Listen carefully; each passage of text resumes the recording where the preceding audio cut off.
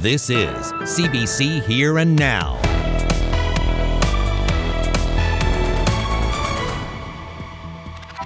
When Elaine Travers discovered the stolen Amelia Earhart statue right here, she thought the big reward on offer would be hers. It hasn't turned out quite that way. My son did steal copper from Leighton Park, but he had nothing to do with this statue.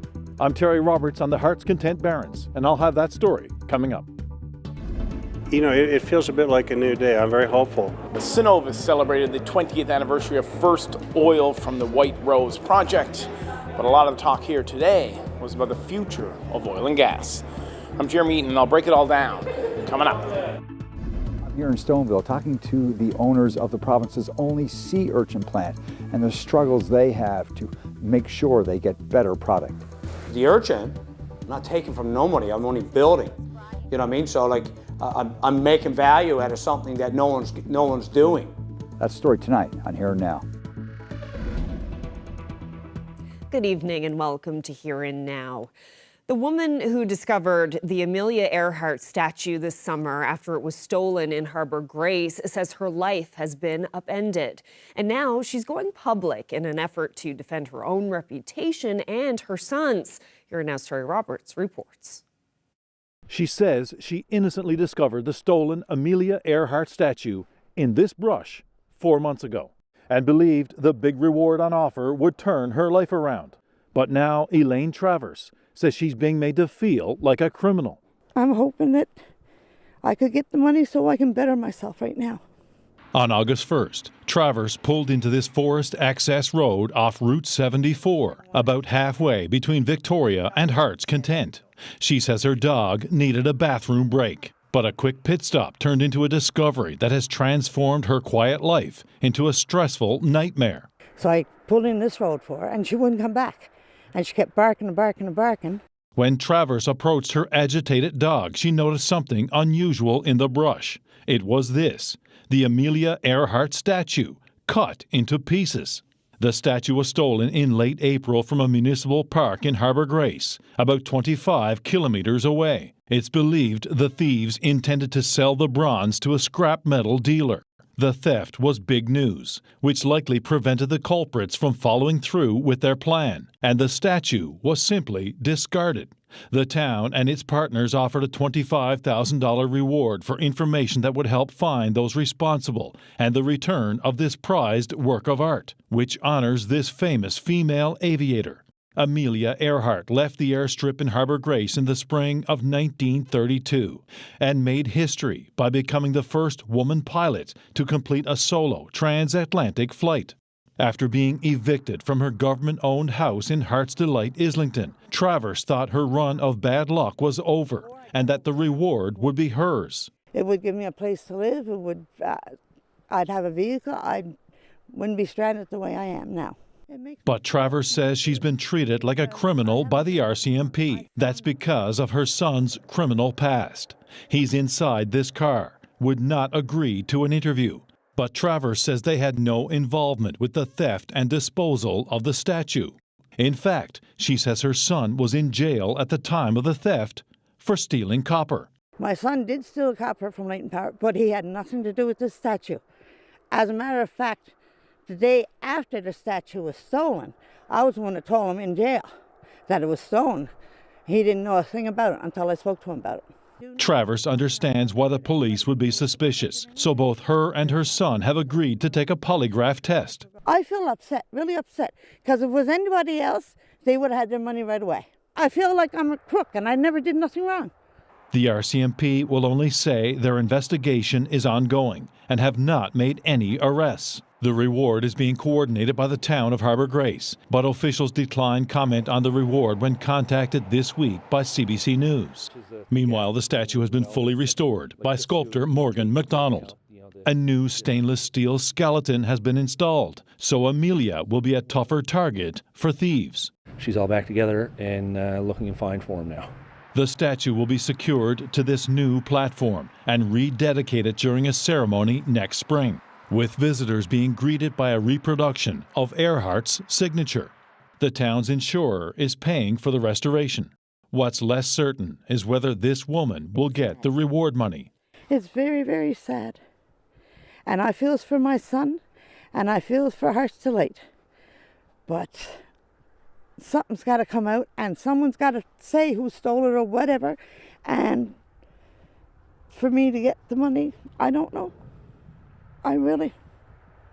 My nerves are getting the better of me. Amelia Earhart, meanwhile, had nerves of steel. So perhaps fittingly, her statue is now reinforced with iron. Terry Roberts, CBC News, Harbour Grace.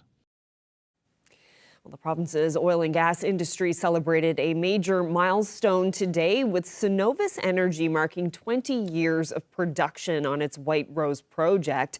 But the future was also in the spotlight today as the West White Rose expansion nears completion. Jeremy Heaton explains. With the iconic rooms as the backdrop, Cenovus Energy CEO John McKenzie highlighted two landmark achievements. Very significant day, and in two ways. One is we're celebrating 20 years of business with our White Rose project, and secondly, the completion of the West White Rose project, which is going to allow us to operate in this region for at least 14 more years.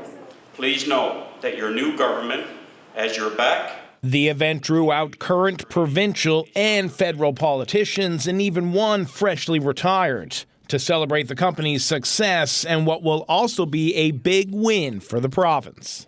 Well, what it means for Newfoundland and Labrador is not just jobs and employment for the people for at least the next 14 more years, but it also means taxes and royalties in this part of the world. And I would also say that Cenovus, we believe, is a very good industry partner. We invest in the communities that we do business, and we're very happy to be in this part of the world, and we look to continue to invest in this region. With the sun shining down on the rooms, the consensus in this room is that the future is bright for the province's oil and gas sector. Our government, under Premier Wakeham's leadership, is committed to supporting and further developing Newfoundland and Labrador's offshore oil and gas industry. We're about to start up the first of a very special tieback in the White Rose field, which will produce 80,000 barrels a day and really kind of arrest that decline in production that we were seeing over the last number of years. So it's a real harbinger of really things to come for tiebacks throughout the basin. It feels a bit like a new day. I'm very hopeful for the oil and gas sector in this country. I think people are starting to realize that we're going to need oil and gas for decades to come. We're an important part of the economic and social fabric of this country, and to the extent that we can provide what the world needs in our products, we should be taking advantage of that. And I think the door is opening for us to do that. With the industry looking to ramp up and the province looking to cash in on royalties, the rest of the world is worried about what impact it will all have on climate change. One of the things that we've been very clear about is we can produce oil responsibly, but we also have to recognize the benefits that oil and gas bring to us economically. So I think that there is a grand bargain, and I think people are starting to understand that what we really need is to grow our industry economically, but do it as responsibly as we possibly can. McKenzie didn't want to speculate about future projects for Cenovus, saying the focus right now is getting first oil from the West White Rose project by the spring of 2026. Jeremy Eaton, CBC News, St. John's. Well, Cenovus Energy also had the future of students in mind today. The company president announced a donation of $2.5 million to support students and programming at both Memorial University and the Marine Institute. Environment and Climate Change Canada is changing the way they issue weather warnings across the country. The criteria-based watches and warnings are being replaced by color-coded weather alerts to help you understand how the incoming weather will impact you and how you should prepare. You'll continue to see the warnings, advisories, and watches that you're used to, but now each will have a color-coded alert level: yellow, orange, and red. The alert level is determined by a combination of the potential impact of the weather and the confidence that these impacts will actually occur. That means higher impact and higher confidence will result in a higher alert level. For low impact weather, when day-to-day activities are not affected, a special weather statement may be issued. For the majority of warning-worthy storms and hazardous events, you'll likely see a yellow warning. Yellow alerts are the baseline for the watches and warnings and will be issued when the weather will bring hazardous or dangerous conditions which may impact travel and cause delays or cancellations. Or there could be health-related impacts like reduced air quality or heat warnings. Orange warnings are the next level and will be issued for storms that are likely to cause widespread or significant damage. This includes widespread windstorms or ice storms that cause major power outages, and for those winter storms that take a few days to clean up. If an orange alert level warning is issued for your area, you should prepare to take action to protect yourself and your property. The highest warning level is red. If a red alert is issued, it means very dangerous and potentially life-threatening weather is on the way or is occurring. Under a red alert, you should expect prolonged and extensive disruptions to travel and power with widespread damage to property and infrastructure. Red alerts are rare, but examples include Hurricane Fiona and Snowmageddon. If a red alert is issued, it means you should act now to stay safe from destructive weather. These changes align with the recommendations from the World Meteorological Organization to provide the information you need to understand the potential impact of incoming weather and enhance storm preparedness. If a warning is issued for your area, remember to always read the full alert text, no matter the color. It will tell you what to expect so you can stay safe. Some interesting changes there to how Ashley will be forecasting the weather, so we'll see how that goes. All right, well, in other news, Premier Tony Wakeham is in Ottawa today to speak with the Prime Minister about energy projects in this province. Wakeham says the meeting is an opportunity to push for Bay du Nord to be designated as a nation-building project. After their initial meeting this morning, the two leaders described a wide array of topics being discussed. Really exciting time for the province. A series of major projects from conventional to clean energy, opportunities to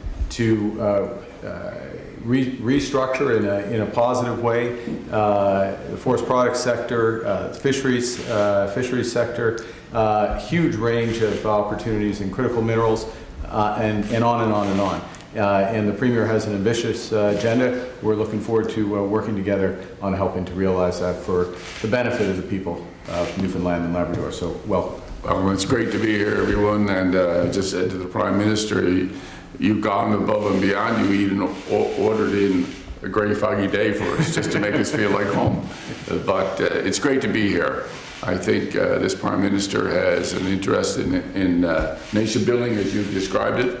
And Newfoundland and Labrador wants to be part of that. We're part of Canada. We're very proud to be part of Canada, and we're very proud to do our part. And as the Prime Minister has alluded to, we believe Newfoundland and Labrador has a lot to offer the country and the world.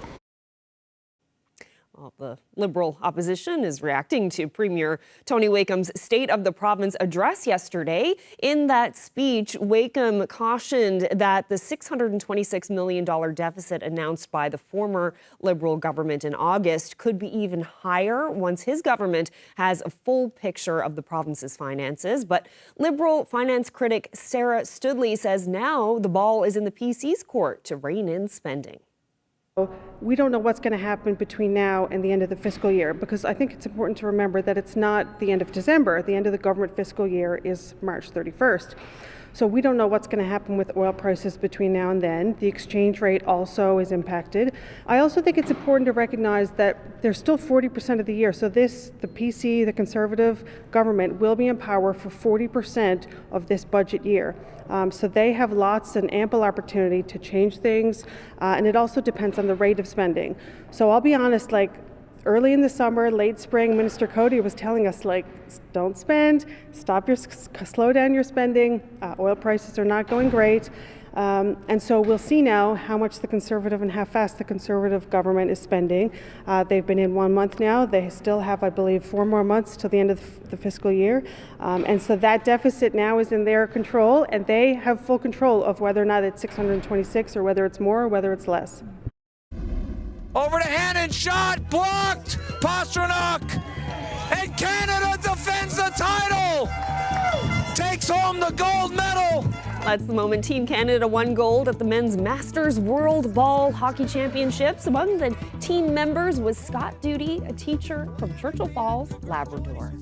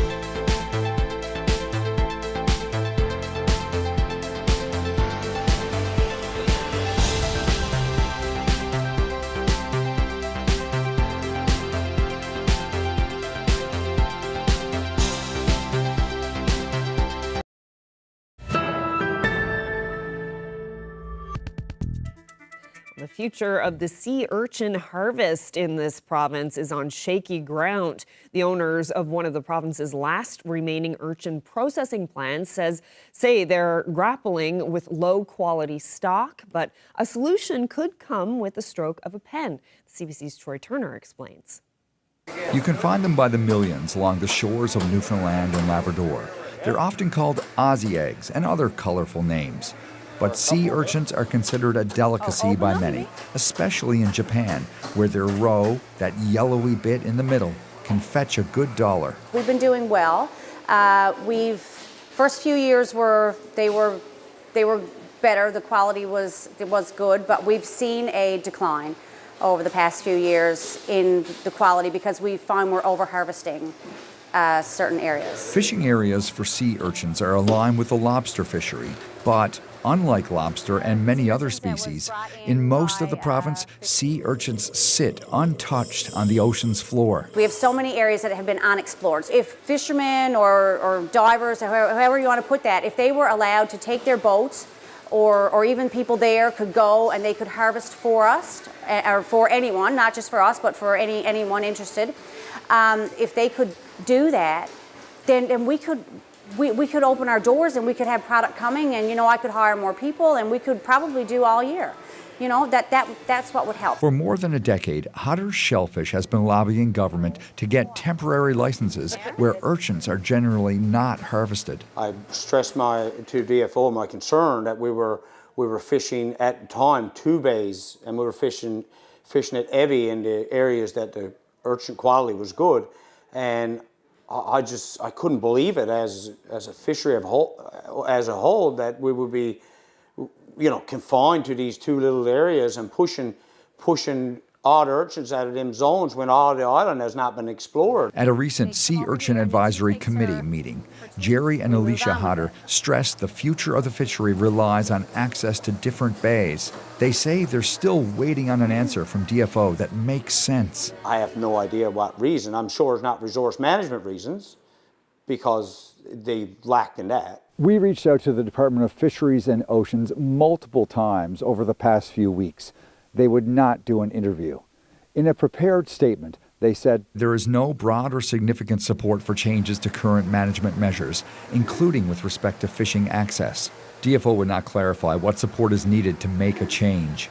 But the Hodders say they have the support of their plant workers, divers, urchin fish harvesters, the MP, MHA, and even a former urchin plant owner. This was, your big crab quotas and whatever, and the crab plants. All these big unionized plants. This would happen. This would not even get off the floor. We fish capelin, and if there's overrun left from, we say, Conception Bay, that their fish didn't show up, in 24 hours I got new conditions. 24 hours. This is 11 years. And it's not only the plant that's depending on these changes. Being 23 years old and going to school and putting a lot of time and effort into learning how to dive for these sea urchins, it was pretty devastating. What's next for the owners of Hodder's Shellfish?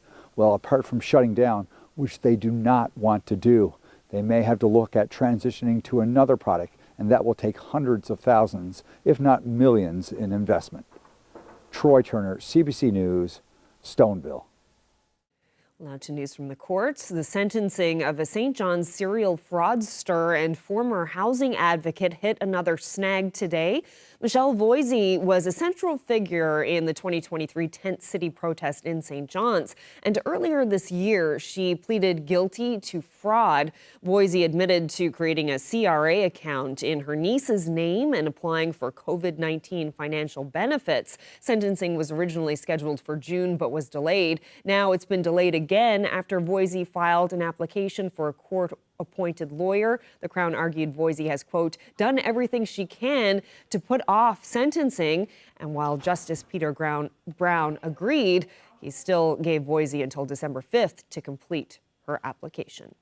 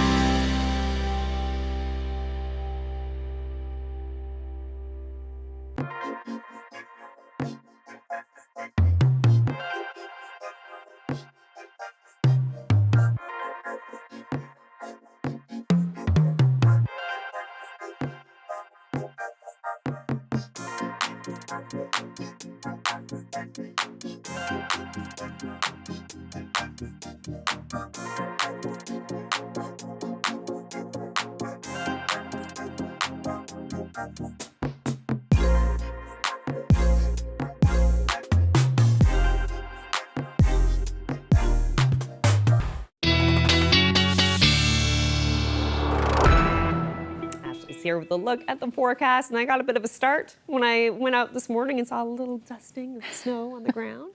Nothing much, but it's just, you know, a little reminder of what's to come. And where we are in the year. Yeah, a little slippery last night for sure, especially for untreated surfaces, but that didn't last very long today because temperatures were pretty warm.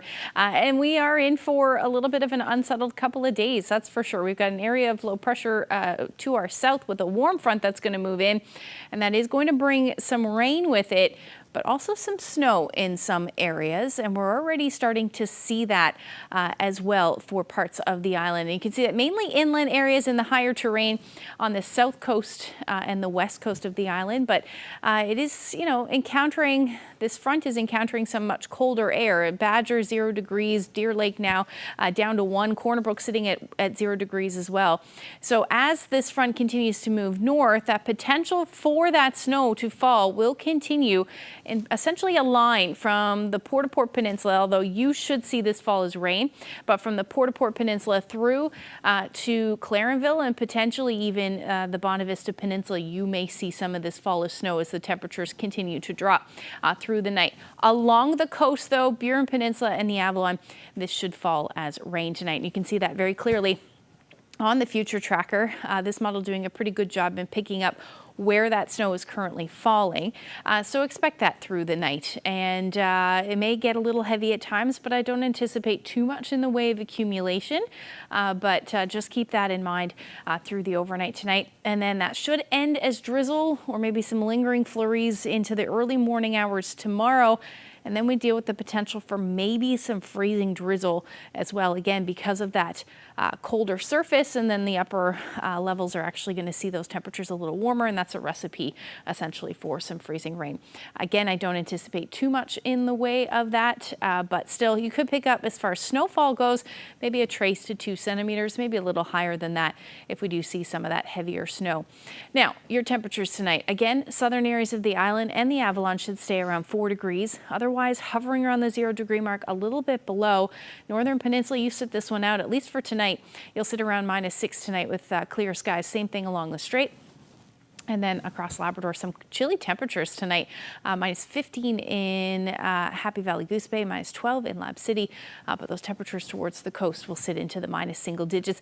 You'll also be dealing with some breezy winds along the coast of Labrador. Northwesterlies will be gusting somewhere between 20 to 40 kilometers per hour. Now, those winds will pick up as we get into tomorrow morning and the afternoon, particularly around the Rec House area. So this is our first warning in the new tiered system.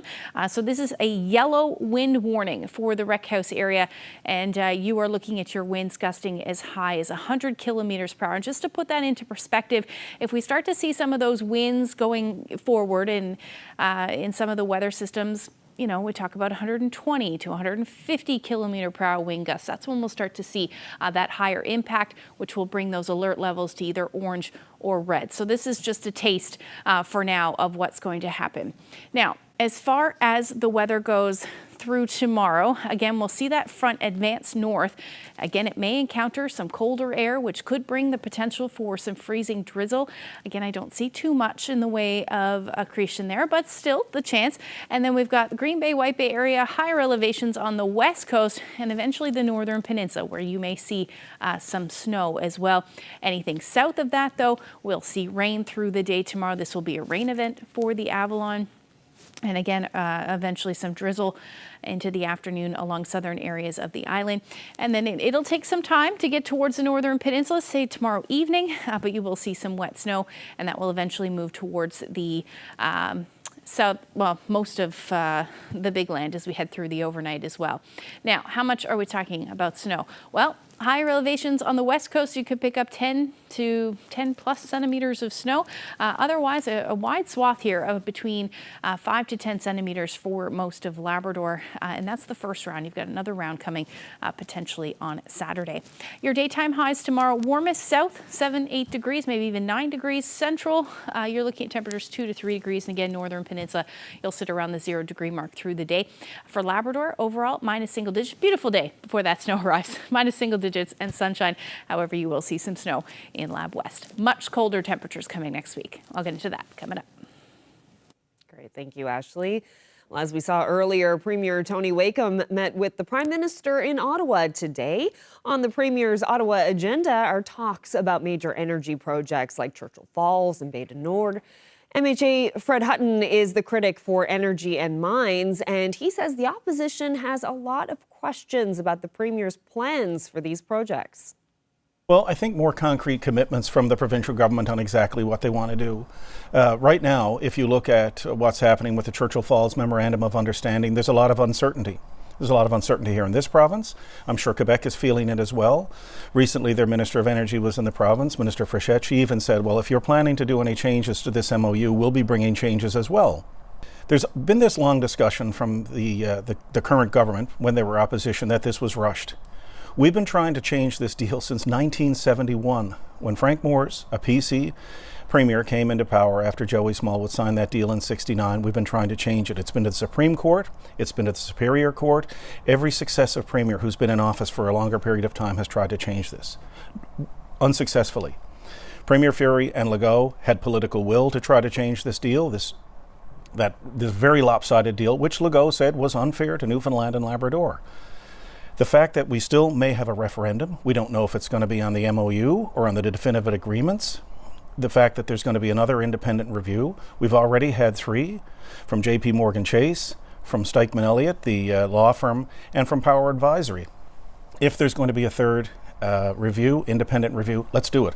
Because I'm confident they will see that this is a good deal. When we had our debate in the legislature a year ago, almost a year ago, I asked the head of JP Morgan Chase, they have $1 trillion book of business. Is this a good deal for Newfoundland and Quebec?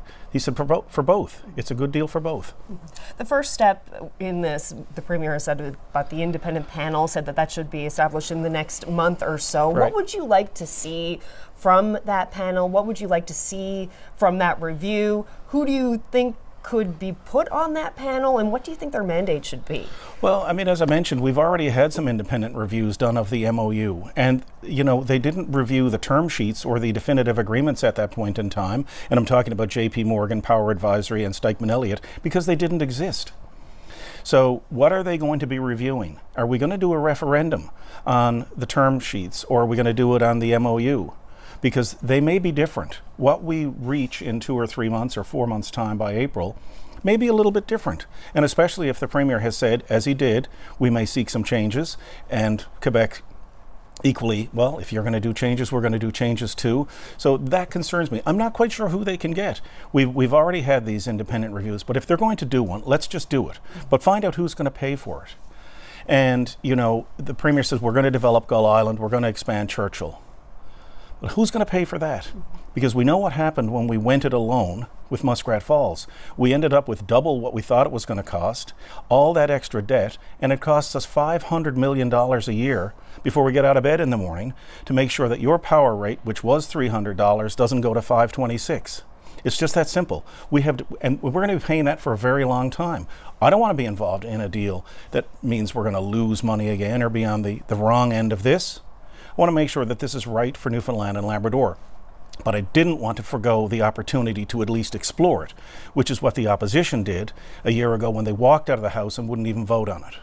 Let's talk about the Premier's speech yesterday and Equinor in particular. Right. The Premier said that Equinor has agreed to put out expressions of interest for topsides to be made in this province. That's something that Tony Wakeham campaigned on, saying he wanted to get those built in Newfoundland and Labrador. Do you see that as a win?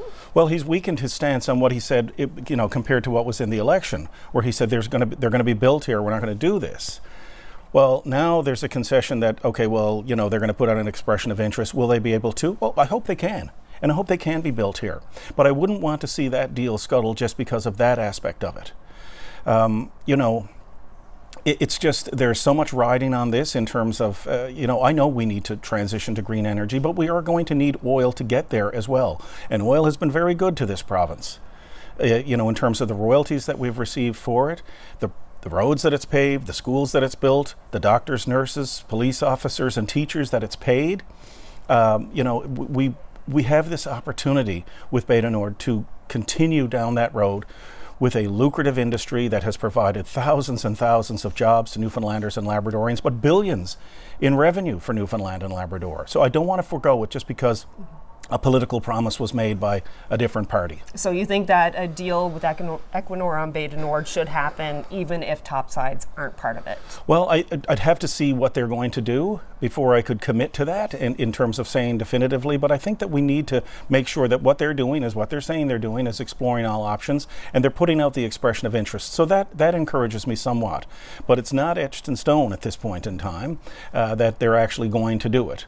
So this may be the next move in what happens in this game of whether or not the project goes forward here.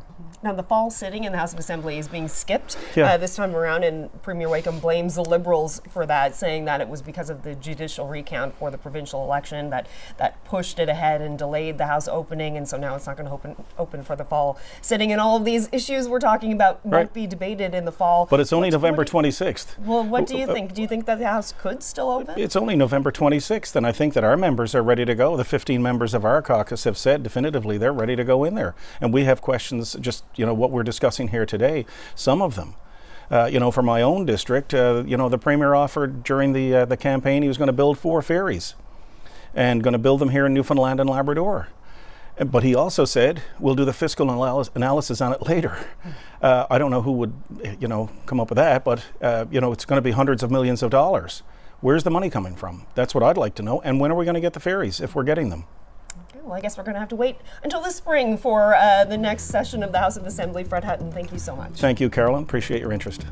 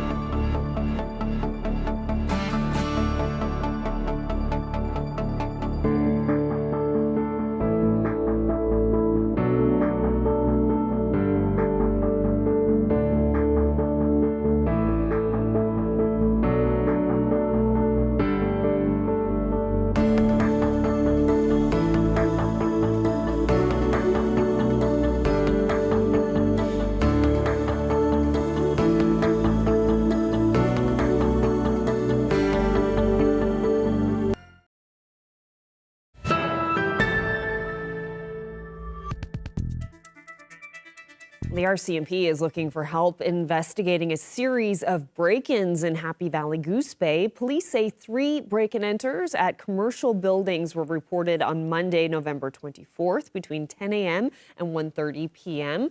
The first, shortly after 10 a.m., happened at the Northern Lights store. Then at 12:30, officers responded to the Knights of Columbus Hall. And then finally around 1:15 in the afternoon, there was a break-in at what police describe as a secure compound on London Street. Happy Valley Goose Bay RCMP are asking anyone with information or who may have witnessed the crime to contact the local detachment. And in other news, after a dry summer caused many municipalities across the province to ask residents to consume less water, levels have risen again thanks to a recent rainfall. But for the water supply of Torbay, a long-term solution is needed. Here now, Enrica Wilhelm reports. It's all back to status quo for residents of St. John's. With all the recent rainfall we've received this month, the pond has rebounded quite a lot. In early October, the city had asked residents to conserve water because Windsor Lake, one of its 3 water supplies, looked like this. We were never in an emergency situation or we were never looking at running out of water, but we were at a point in time where the water levels were considerably lower than typical, and there was no rain in the long-range forecast, and so we wanted to do our due diligence here. A big factor in the situation, she says, the climate this past year. The drought, no doubt, but also that we had very little rain right throughout the summer, but then it continued on longer into the fall than typical. So like no hurricanes, no rainfall events. There was nothing really until we hit November. In nearby Torbay, it has been the same situation. It's been a stressful summer with the water supply so low. And the town is not in the clear yet. The amount of rain that we've had in November certainly helped. It's raised the levels somewhat, but not enough to get us through the winter. So we have been, over the last month, maybe month and a half, exploring options. After they discovered low levels of forever chemicals which can contaminate water in Island Pond Brook and Western Island Pond, the town has now landed on Whiteway Pond. From there, they will pump water into North Pond, the town's water reservoir. So we're in the process right now of securing the pipe that we need. I think it's about 2,500 meters of pipe and the pump. And then we're going to start pumping and try and get that pond up to a level where it will be good for the winter. And both Scott and Windsor say low water levels will likely become a new normal. We definitely think about climate change and how it's going to impact our water levels and water supplies, and we are looking at additional sources in the area that we can use for the regional area. We also will be looking at more conservation orders and what we can do to limit consumption as well. Now, they both hope for a decent amount of snow over the winter. The melt in the spring would then further top up ponds and get them back up to a healthy supply, ready for the next summer. Henrike Wilhelm, CBC News, St. John's. Well, 2 women from this province have been appointed to be part of a new federal government program to increase economic growth in Atlantic Canada. The Atlantic Economic Panel has 7 members, and among them is Kathy Bennett, a businesswoman and former MHA who served as Minister of Finance under the Dwight Ball government. Also on the panel is Anne Whalen, who's an entrepreneur and healthcare leader based in St. John's. She's also currently lead director of the Bank of Canada. Ottawa says this panel will look for ways to drive growth and competition for the region. Well, Brad Gajou says Colleen Jones was an inspiration. The world champion curler and journalist from Halifax passed away at the age of 65 on Tuesday following a battle with cancer. Gajou says she was a friend. I remember being a young curler and watching her and looking up to her, and she was always so helpful to me and engaging and really a friend. During the time when I was growing up, she was the biggest curler in Atlantic Canada and the biggest curler in the world. She won 6 Canadian championships and she dominated women's curling for a long period of time. And to have her so close to my home, it was an inspiration for me. And then when we became friends, it was kind of cool to get to know her and to learn from her. Well, Gajou's remarks come during his ongoing competition in the Olympic curling trials. So far, it hasn't been Gajou's strongest performance, with 4 wins and 2 losses so far. His rink is tied for second place with Winnipeg's Matt Dunstone and Saskatoon's Mike McEwen. Team Brad Jacobs is currently leading the men's standings with 5 wins and 1 loss. Jacobs and Gajou will face off tonight in a key game in the final round-robin draw. The tournament winners will represent Canada at the 2026 Winter Olympics in Italy. As we heard earlier in the show, Team Canada won gold at the World Ball Hockey Championship. The team was made up of a few people from this province, including a teacher from Churchill Falls. Here now's Daryl Din brings us that story. Scott Duty started playing ball hockey for Team NL 3 years ago, thanks to an invite from a friend. While he always loved the game, he didn't expect that invite to lead to winning gold at the Men's Masters World Ball Hockey Championship earlier this month. As a teacher, I get the opportunity to travel in the summer times. So I said yes and participated in my first national tournament. Ended up getting injured. But that injury didn't deter him either. Neither did the geographic challenges, with Team NL members being spread all across the province. They have to gel as a team quickly. We don't get to practice. We just kind of show up wherever it is. It's definitely challenging, but it's something you kind of got to do in those tournaments, right? Come together quick and figure things out. After playing a national tournament with Team NL earlier this fall, Duty was invited to play for Team Canada. He says he was honored by the invite, and the tournament location didn't hurt either, Bermuda, though it did have some challenges, from smaller rinks to playing outdoors. And it was really windy down there that week, so it was, I remember our first game, actually, we were doing a warm-up, and the balls were just blowing around, right? And it was just like, wow, this is kind of crazy. So when the team won gold in a tight 2-1 game, Duty was overwhelmed. I had these like chills and I was almost crying because it was like, to do that was like so special, right? Like I told the boys, it was like every little boy's dream to do that, right?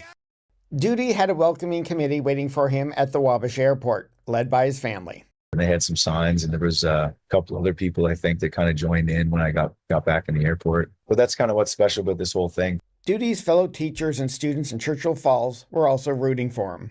They got together in our town center and watched, most of my games on the big screen in the theater there, and like posters everywhere when I got back, and seeing my face on my office door and stuff like that with little handwritten letters and notes and posters.